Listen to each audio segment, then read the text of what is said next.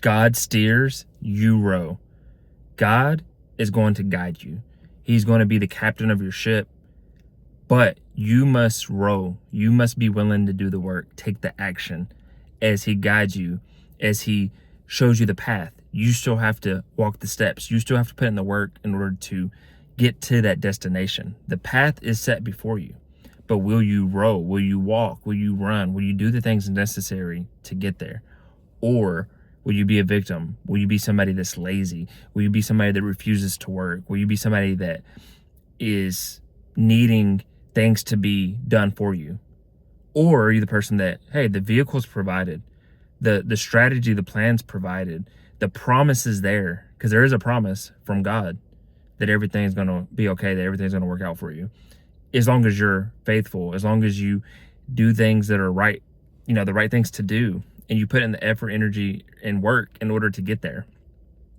But so many of us, we just choose not to do it, or we get weary in the well-doing, we get weary on the journey. In the desert moments, we drop dead. We don't continue to march forward. We don't continue to keep going. We don't continue to be faithful in the journey. And it's hard. It is hard. And you will be tested.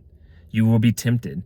You will be distracted. You will be a lot of other things. Heck, you might be tortured. You might be killed, honestly, for being dead serious about it. But just know that God has a plan for your life. He has a promise for your life. He has a purpose for your life. You just have to continue to go and do it. You have to continue to walk, even when you're scared, even when you're fearful, even when you're doubtful, even when you're uncertain. That's what faith is moving in spite of fear, moving in spite of the uncertainties, and not knowing what's on the other side of the next step. But so many people, they don't allow, and then there's people that they'll row, but they won't let God steer. They row in the direction that they want to go. They row in their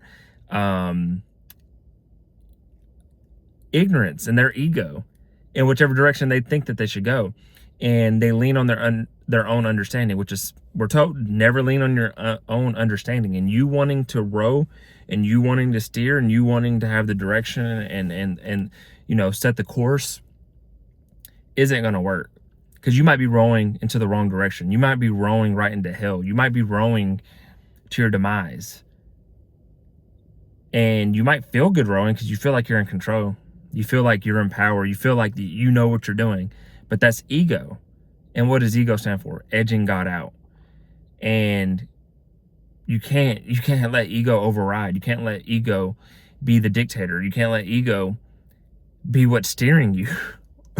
Otherwise, good luck. Well wishes, that's all I can say. But it's hard to give God control because we don't always see God directly directing us. We don't always see God steering us. And sometimes we go through troubled waters. We go through troubled storms. We're having waves feel like we're about to flip over our boat. We see sharks swimming around us. And we question God. We question, is God really steering us in these waters? Is God really allowing us to set sail here, to let our boat be here, to let our boat be rocked? But like I said, you will be tested. You will be tempted. Because God will let the devil test you. And the devil will try to tempt you.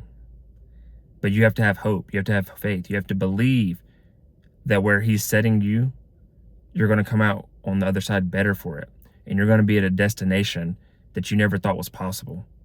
That is a blessing to you. That is a blessing to your family. That is just a blessing in all of your life.